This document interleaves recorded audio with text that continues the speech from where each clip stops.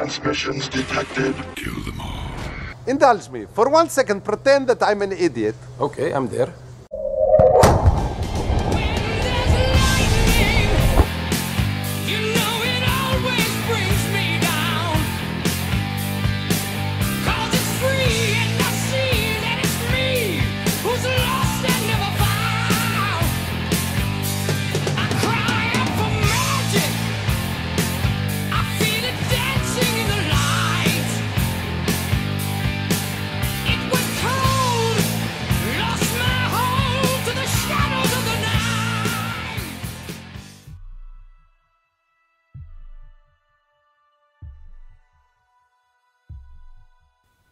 Hello my friends.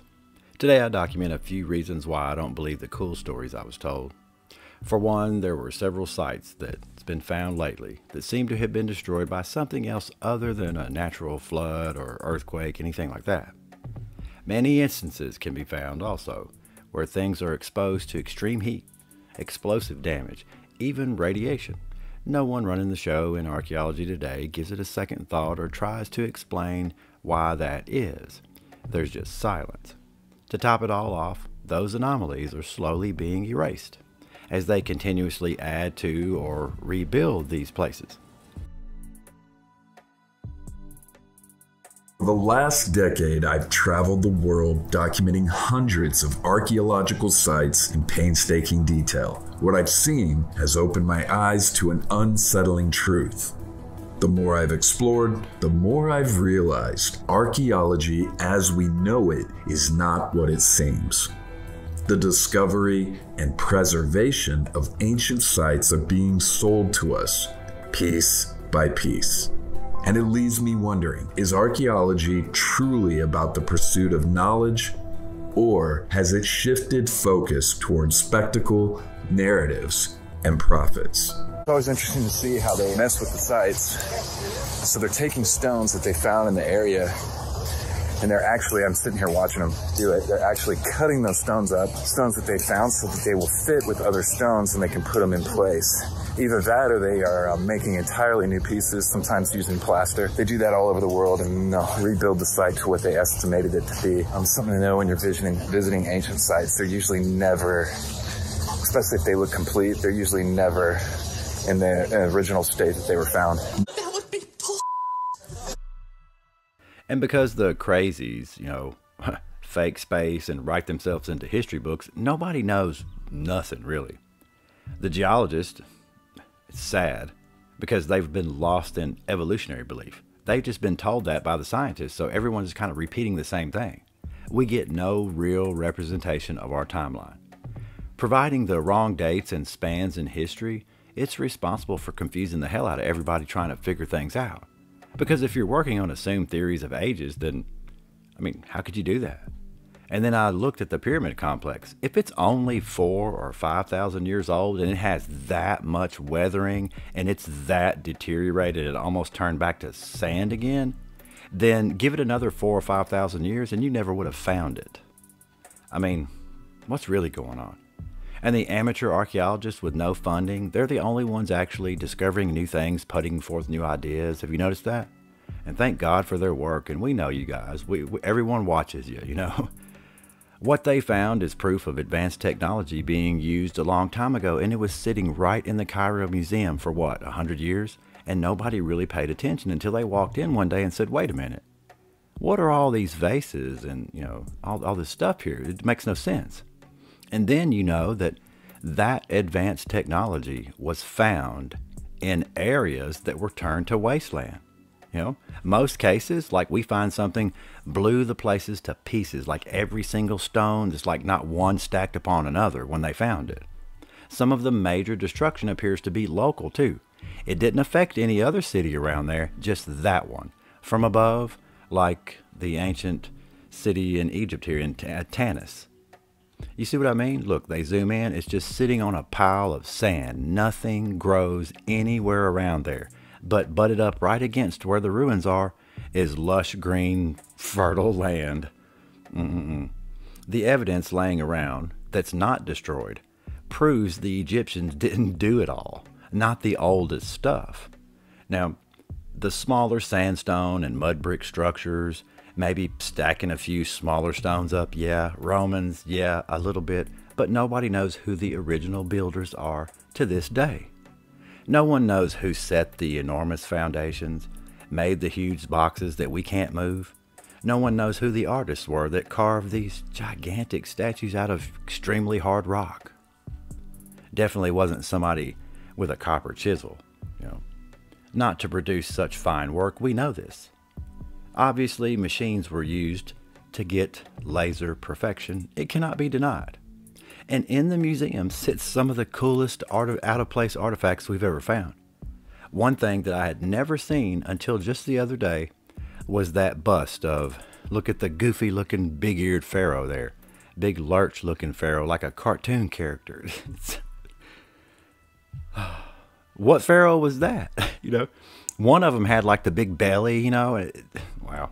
It seems suspicious to me that you would have such perfect, advanced technology being shown in all of the little things. That these larger places being so mysterious and nothing grows there anymore, then did their ancient technology do something? Something happen here? At one time, I believe the Giza Plateau was the site of an industrial complex, a modern city, something, with underground, air ducts, conduit, pipework, all of it. I mean, unless we're suggesting that ant people lived there and haphazardly cut through the rock, making meaningless passageways for miles? Please. Probably not. Now, every floor space that you see that hasn't been obliterated, especially underground, you can see where everything was bolted down and sat at. But it's either been looted or it's been so utterly destroyed and now falling apart due to age and weathering, it's impossible to know what's what or what its original purpose was.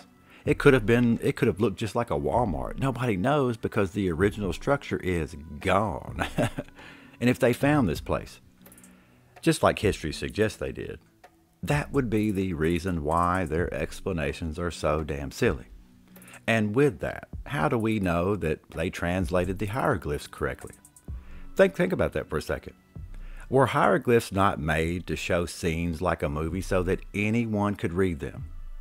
That's what I thought. But no, if you read the translations, what you see and what they claim it says makes no damn sense. It seemed odd for so much effort to be put into something ridiculous. And then while going through them all, I said, well, just hieroglyphs are dumb. I don't know what to say about them. Well, I happened upon that famous set of hieroglyphs and I thought, wait a second. I'm not saying I'm correct, but here's the scene. I see two stalks of, let's say, wheat. One is gone, the other is being approached by what I can only guess is the insect that ate the first one. So I would assume the artist wants me to know bugs ate their crops.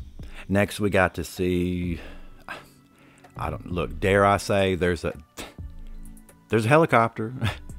It's involved in taking out whatever structures those are. To me, it looks like destroyed buildings because that's how they look when we see blown out cities, right? Now, the last, a boat. Some sort of UFO looking thing. It even has the little antenna sticking off the bottom like the older UFOs had. Odd, right? This UFO, whatever it is, drops something in the water. How do you know? The accents tell you that he's dropping that into the water. It's carved in there and it appears it's going to make a wave towards that land or long neck right there, whatever that is. I'm not saying that's what is depicted here.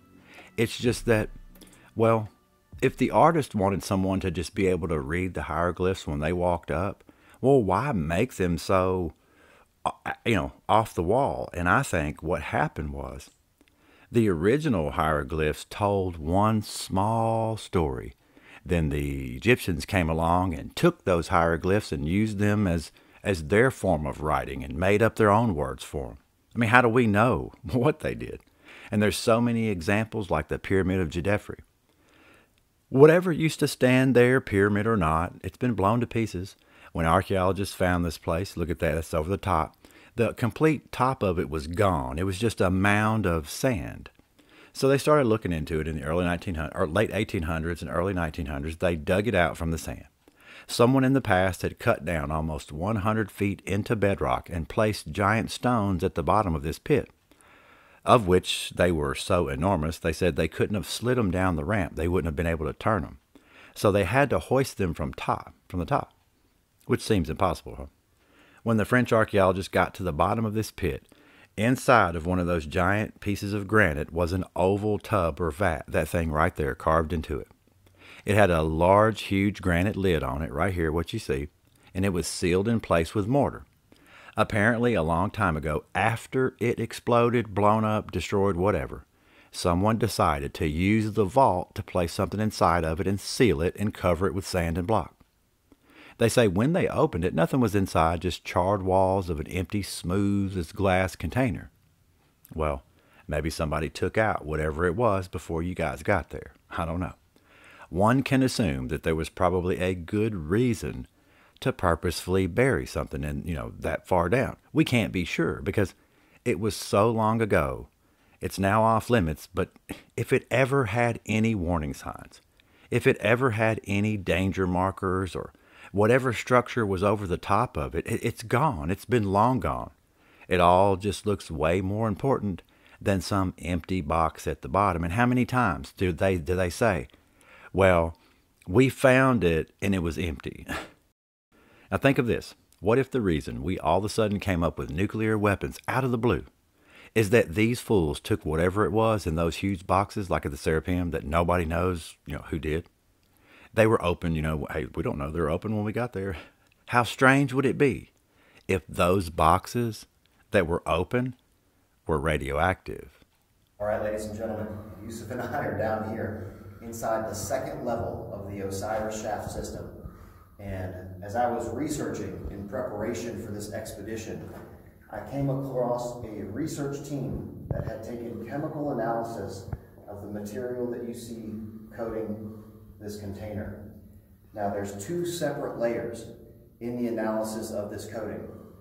So the first and external level is a coating of bitumen, tar, or pitch, which most likely came from the modern time. It's like axle grease. And there's a big wheel right behind us in this other chamber. So clearly they had modern equipment down inside of this chamber. Archaeologists extracting whatever from down in here. And I guarantee you that pitch came from the wheel as they were moving the lid or something of that nature, setting up the equipment down here. So the external layer is that modern bitumen, tar, pitch, or grease. However, the chemical analysis from yet another Russian research team has shown that there's a layer underneath that, an ancient layer of, once again, rare exotic metals. And the chemical composition of the sealing layer, the coating layer that was originally applied to this container, is lead, titanium, arsenic, zinc, and iron. That's right, ladies and gentlemen. Lead, titanium, arsenic, zinc, and iron. So this ancient civilization not only had the knowledge of exotic metals, but the ability to extract them and create compounds that were utilized to seal these containers.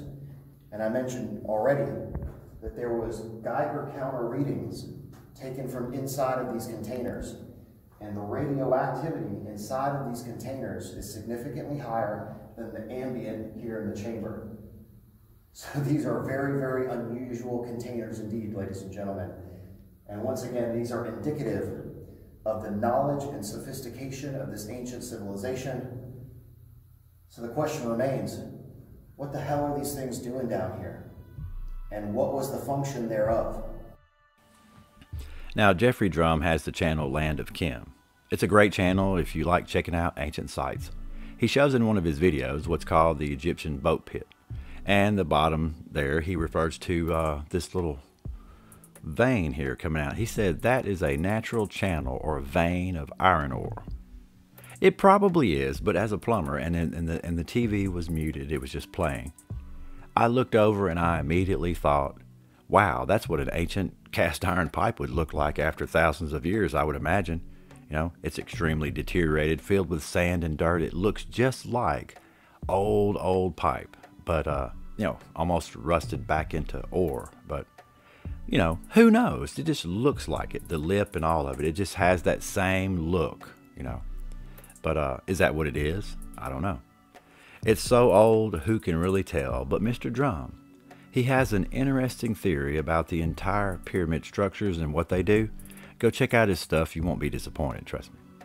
But as for the pyramids and the other ancient ruins that seem to have been utterly destroyed, except for what's underground that was protected by whatever happened. Well, did this advanced technology do this? Was it dangerous or unstable? Did somebody make a mistake? You know, like some people today, did something get so out of hand, what they wanted to achieve? Did they have hadron colliders? Was it dark energy? Like, what the hell's going on? And history just had no choice but to keep that part out of it? I don't know. We're never going to know, you know? They had to rewrite in a different story, one with less I screwed up in it, and I think that's what they did. That's why it doesn't make any sense. And I mean, we have to take every guess the scientists of today theorize about. I've come to realize this. Understand it can only be true if God doesn't exist.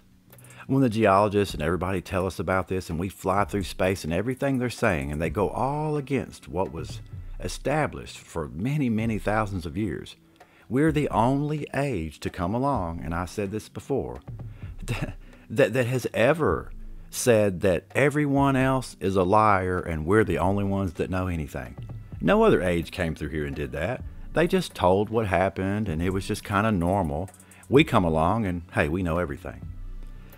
The story we were told of our world makes zero sense coming from these people that today who are telling us. I mean, understand, everything that gets said to us is more than likely part of the system narrative.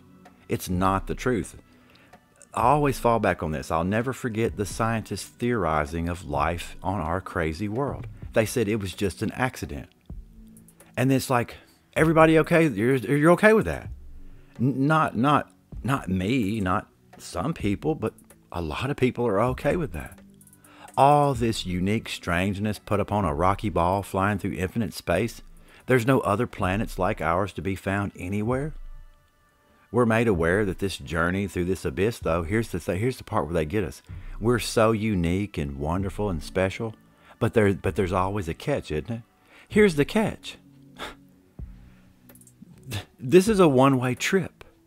Scientists busted out and said, in a few billion years from now, we're either going to hit something or be hit, but the most likely outcome is going to be that our sun will one day simply fizzle out. Everything will end up consumed by darkness and freezing cold, forever floating in nothingness till we turn to stardust again. That is a quote from your scientist that you pay. Of course, one other scenario is too, and this is me. Afterwards, we're found by an alien civilization. Earth will just be a big old giant freezer of goodies for them. I mean, think about that. How comforting would that be? Such absurd explanations of life. What do we expect them to do with history? Tell the truth? I don't. When I look through history, I just take it with a grain of salt now. How can you be sure of anything? You can't. Not anymore. It's up to the individual whether or not they believe the earth shakes us off like fleas from time to time. It's up to you whether or not you believe asteroids the size of mountains randomly hit the earth. Along with, we can't forget about the Pfizer and Johnson comets, how they come along every now and then, and their tail touches and kisses the earth and rains death of viruses down from heavens. I mean, come on. It would be crazy if it did that, would it not? I mean, we're going to find out one day if it does, but... oh, geez. Sorry I rambled so long. That's just what I wanted to say. My love to you all. I'm Wild Dog, and I am out of here. When you try, do they hide deep inside? Is it someone that you know? You're just a picture. You're an image caught in time. We're a lie. You and I, we're walls without a rise. There's no sign of the morning coming. You've been left on